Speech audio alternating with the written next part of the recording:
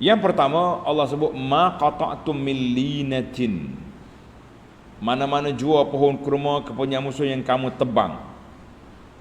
Au taraktumuha, ataupun kamu tinggal. Jadi timbul sini soalan, kenapa disebut al-linah? Limadha khussatul linah bil qat'i? Mana kalau nak potong tu potong pokok linah. Linah ni pokok tamar biasa, jangan potong tamar hak mahal. Al-jawab in kanat minal alwan. Mana kalau pokok tu banyak memilih. Pokok ajwah, pokok barni jangan potong. Sebab kita nak apa ni, nak bagi tekanan kepada Yahudi Bani Nadir itu supaya dia keluar. Hartamu pun aku potong. Dia tengok bergelapangan ada pokok dia. Wa in kanat min kiramin nakhli. Kalau tak ada pokok lain kawasan ni, ada ajwahnya tu terpaksa juga tebang. Untuk apa? Faliyakuna ghaidul yahud, supaya Yahudi sangat sakit hati dia dan sangat susah hati. Oh, tebal juga pokok hak mahal pun. Tapi asahnya yang ditebang itu al-linah, pokok tamar hak murah-murah. Hak standard biasalah. Hak mahal jangan tebuk. Baik, dalam ayat ini tanda ni untuk pelajar yang tak belajar apa boleh tulis.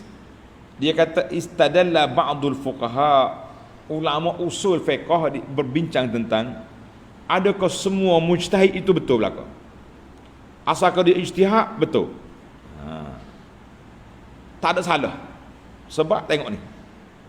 Allah kata apa yang kamu potong, apa yang kamu tinggal, dua-dua betul belaka. Macam mana kita nak buat? Ada yang mengatakan semua mujtahid betul. Tapi tidak sebagaimana yang disebut oleh para ulama, katakan mujtahid itu satu je, seorang je yang betulnya. Yang seorang lagi tu boleh pahala ijtihad. Kan Nabi sebut dalam hadis ni. Dalam hadis Nabi kata iza hakamal hakimu fajtahada thumma asaba falahu ajran. Mana-mana hakim, qadi yang berijtihad buat hukum, kamu dia hukum dia tepat dengan syariat, dia boleh dua pahala. Pahala ijtihad, pahala betul. Wa idza hakama fajtahada thumma akhta'a falahu ajrun. Jadi siapa dia ijtihad salah, dia boleh pahala ijtihad je, pahala hukum salah tu tak boleh. Hadzal hadis rawahul Bukhari, maka kata di Syaukani, fa hadzal hadis yufidu ka annal haqqa wahid. Hadis ini kita boleh faham bahawa yang benar itu satu je. Jadi bukan semua mujtahid itu betul. Cuma kita katakan semua mujtahid dapat pahala kerana dia ijtihad, tapi tidak semua betul, ada yang tersilap. Maka yang betul itu tak boleh diikut. Kita ikut yang betul, tapi dua-duanya dapat pahala ijtihad. Yang betul boleh dua pahala. Wallahu a'lam. Jadi hal ni kena masuk dalam kitab usul fiqh. Cuma saya sebut ni supaya pelajar-pelajar dengar maklumat. Yang kedua, faedah yang kedua, ma qata'tum min linatin ila akhiri. Ulama tadabbur kata dallatil ayatu ala jawazi ifsadi amwali ahli harbi. Ayat ini menunjukkan harus tentera-tentera Islam rusakkan harta-harta kafir harbi yang berperang dengan kita. Sama ada harta itu buah pokok sedang berbuah ataupun tidak, kita tebang atau kita bakar, semua itu idza da'at ilaihil maslahatul muta'ayyinah, apabila kepentingan maslahat itu ada, maka kita kena buat. Apa ni kepentingan ataupun maslahah. Tapi kalau tak ada kepentingan atau cari pasal, tak payah. Itu dia panggil maslahah.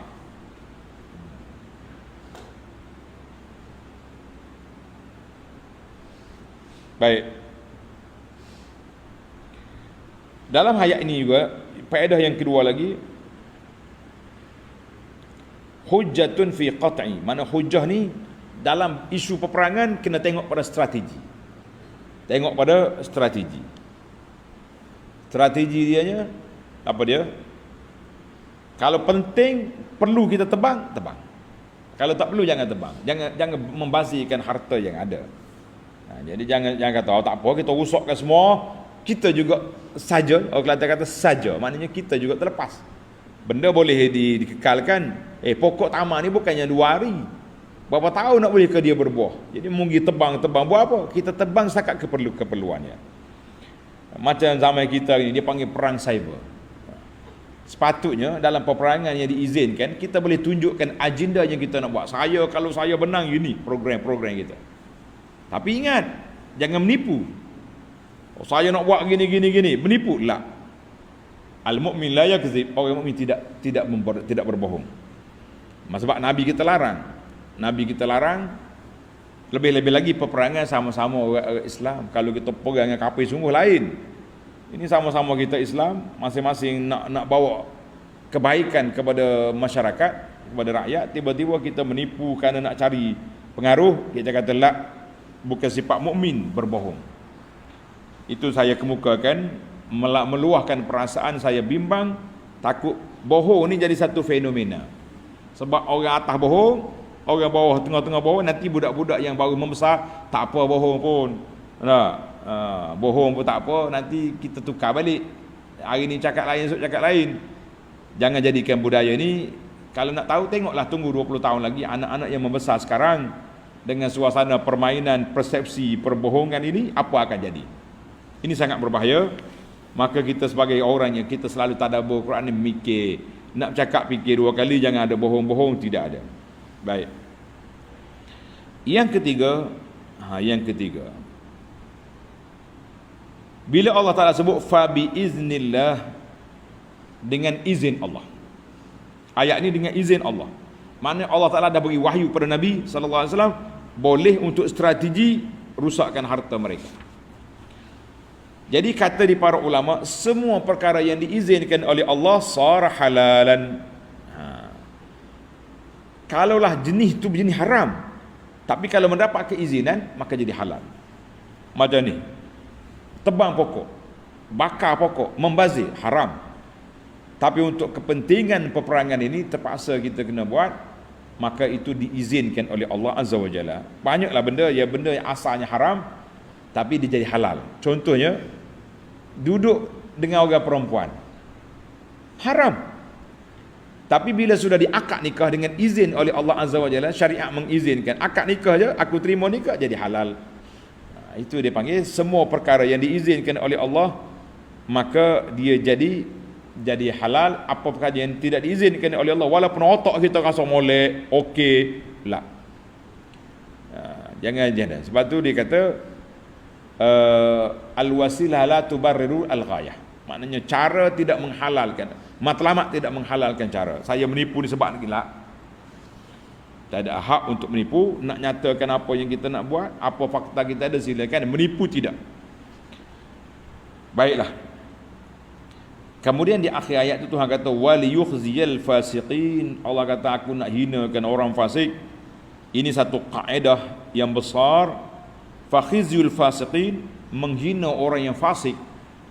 Orang yang jahat itu adalah mendapat keizinan oleh Allah Azza wa Jalla. Orang yang menentang Islam, berselindunglah di balik apa nama pun, human right ke apa benda, kita mesti lawan mereka. Dan kita, kalau ada peluang untuk kita jatuhkan mereka, mesti kena jatuhkan. Baik para jemaah sekalian, itu yang ketiga dah kita tadi. Yang keempat, wa ma afa Allahu ala rasulih. Tengok ni, wa ma afa Allahu ala rasulih. Ayat ini dia panggil ayat al-fai. Sebab apa nama fai? Maknanya seolah-olah harta tu, asalnya harta ni, dengar ni, asalnya kita ni Allah Ta'ala jadikan supaya mengabdikan diri kepada Allah. Dunianya aku beri kepada kamu untuk beribadat. Tapi bila mereka tak ibadat, bila dia lari tinggal harta tu, mana seolah-olah fight dengan mana irja'. Allah Ta'ala balik semula harta tu pada orang Islam yang beriman, yang sujud dan patuh pada Allah Azza wa Jalla, maka dia harta fight. Jadi harta fight ni berbeza dengan harta ghanimah, sebab dia tidak dibahagikan kepada tentera. Mungkin adalah sikit-sikit Nabi bagi tu, tapi kata kau nak bagi pembahagian itu seperti harta ghanimah, tidak berlaku. Yang berlaku itu harta ghanimah, ini harta fight. Allahu Akbar. Baiklah, yang terakhir, Para pelajar sekalian, yang terakhir Allah kata apa dalam ayat ini? Wa ma atakumur rasulu fakhudhuhu wa ma nahakum anhu fantahu. Semua perkara yang Allah Nabi bawa sallallahu alaihi wasallam mesti kita kena ambil. Ambil itu dua lah. Sama ada ambil dengan nama fardu wajib ataupun ambil dengan nama sunat. Sunnah terbagi dua, wajib dan sunat. Yang penting kita kena ambil. Maka amrullah bil qaidatil kulliyah wal asl am, inilah kaedah umum yang Allah Taala beri kita dengan Nabi sallallahu alaihi wasallam. Mana-mana yang sahih daripada Nabi sama dengan Quran, dia punya level hukum. Walaupun tartib kita bagi Quran, sunnah, ijma', qiyas. Tapi kalau kita nak letak satu, dia panggil al-wahyaini, dua wahyu ni satu je. Nama dia al-kitab was sunnah. Label dia sama. Dari sudut hukum. Tapi orang hak tak nak terima tu cerita lain. Hak Nabi ni manusia juga, itu cerita lain lah. Cerita ajaran sat ni kalau kita ikut pakai sampai kita pun pening juga, jangan ada ikut pokok dia. Jadi ayat ini menjadi kewajipan. Wajib ke atas umat ambil terima apa yang diajar oleh Nabi sallallahu alaihi wasallam. Wala tahillu mukhalafatuhu, tidak halal menyalahinya, tidak halal menyalahinya. Jadi ke apa-apa yang dinas oleh Nabi kita kena ikut. Dia kata saya tak ikut Nabi, ikut Quran, la. Kalau ada orang pening lagi tu, maka kita mengatakan itu salah. Yang betulnya kita kena ikut Nabi sallallahu alaihi wasallam sebagaimana kita kena ikut Al-Quran. Baiklah, jadi umumlah kalau dalam konteks ayat ini, apa yang Nabi kita bagi, iaitulah harta-harta Nabi tak bagi, terima. Dan Nabi kita larang juga daripada mengambil harta haram, maka kita kena terima. Jadi ayat ni alhamdulillah para jemaah sekalian jami' dan lengkap kepada kewajipan kita terhadap Nabi sallallahu alaihi wasallam. Wallahu alam. InsyaAllah kita akan sambung lagi dalam siri yang akan datang ayat 8 sehingga ayat 10. Ayat 8 sehingga ayat 10 insya-Allah. Subhanakallahumma wa bihamdika asyhadu an la ilaha illa anta astaghfiruka wa atubu ilaik. Wa sallallahu ala nabiyyina Muhammadin wa ala alihi wa sahbihi ajma'in walhamdulillahi rabbil alamin. Wassalamu alaikum warahmatullahi wabarakatuh.